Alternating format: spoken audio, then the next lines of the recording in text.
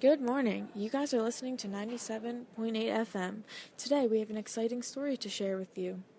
As you guys know, in the 1920s there were many different social divisions in America. People had all different backgrounds and lived many different lifestyles. Some of the groups had rich and sophisticated lives, while some had a more simplistic view on life. While they lived completely different lives that lied on completely different ends of the spectrum, there were also social groups that fell in between, such as the African Americans, who were focusing more on their culture at the time. While some people, like Christopher Bates, were accustomed to a city life and were referred to as city slickers. This social group was unsuited to life in the country and often had a lack of respect for rural people and lifestyles. City slickers typically took on an attitude that their lifestyle gave them superior intelligence.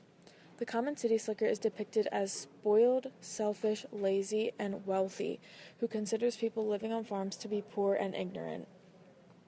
On the other hand, people like Otis Bailey fell in the category of poor and ignorant. These people were known as country bumpkins.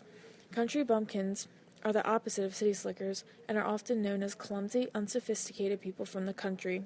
The stereotypical country bumpkin was one who lived on a farm, and they were usually poor. Although country bumpkins were typically uneducated, they worked hard on their farms in order to make a living. People in the 1920s did not all fall under these two categories. At this time, African American society expressed a strong sense of cultural identity. People such as Frederick James participated in a movement known as the Harlem Renaissance, which was the center of African American literary and artistic activity during this period. African American magazines featured articles, fiction, poetry, and advertisements for African American owned businesses. The Harlem Renaissance influenced future generations of black writers. On a hot summer day in Dayton, Tennessee, on July 10, 1925, a trial was occurring surrounding the controversial topic where John Thomas Scopes, a biology teacher and a football coach, was taught teaching evolution in his classroom instead of the idea of creationism. He was put on trial for violating Tennessee's Butler Act, which made it unlawful to teach human evolution in any state-funded school. This court case was a big deal in American society, and people from all over the country drew interest to this, and many even went to the efforts to travel to Tennessee just so they could get a glimpse of the court case. The courtroom is very crowded. Enter Otis. Scoffs. Watch it, you uneducated hick. Sorry, I didn't... Yeah, I'm sure you didn't want to hear it from a slob like you. Why are you even here? Are you lost? Excuse me? Well, judging what you're, Pauses and looks up and down at Otis. wearing, that it's clear that you are one of those country bumpkin things. What's that supposed to mean? Well, let's put it this way. I'm not sure you have the ability to comprehend what's going on in a case as sophisticated as this one. Are you even aware of what biology is? What the Butler Law is? Considering the fact that I am from the town itself, I say I have the ability to comprehend what is going on in a case as sophisticated as this one.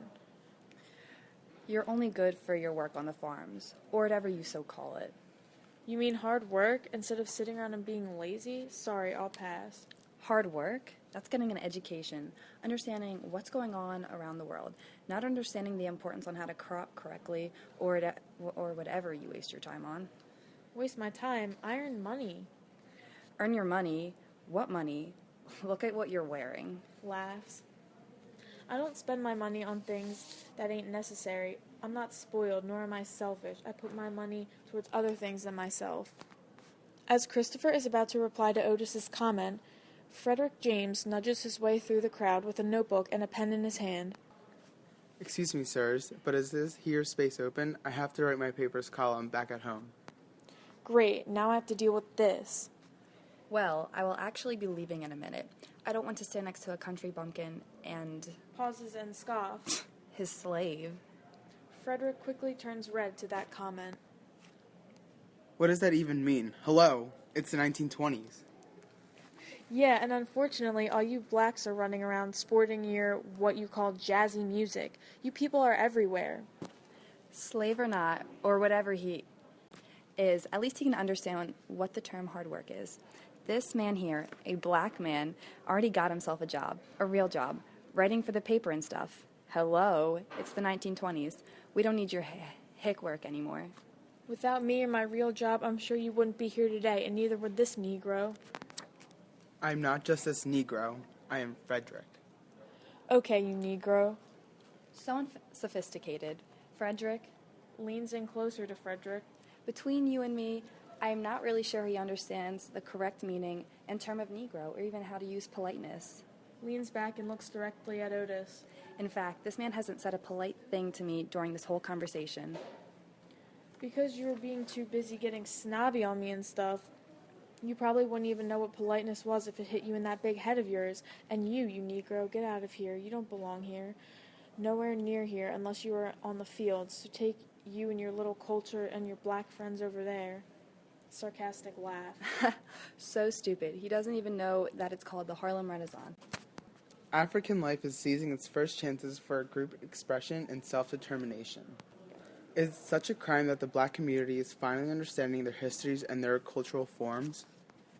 Is it so wrong that blacks are finally beginning to value their African heritage as much as the American part? Taken aback by Frederick's strong response, both Christopher and Otis are speechless. Interrupting their silence amongst the noisy courtroom, the judge yells, "And after further consideration of this case, the jury finds the defendant guilty. John Scopes, you will be fined $100 for your teachings of evolution in your biology class." And with that, the courtroom soon cleared out. Christopher returned to his beloved penthouse in Manhattan and the glamorous life that he had always known. Otis ventured back to his working days on the farm to earn a living, and Frederick headed back to the vibrant jazz clubs filled with freedom and artistic expression.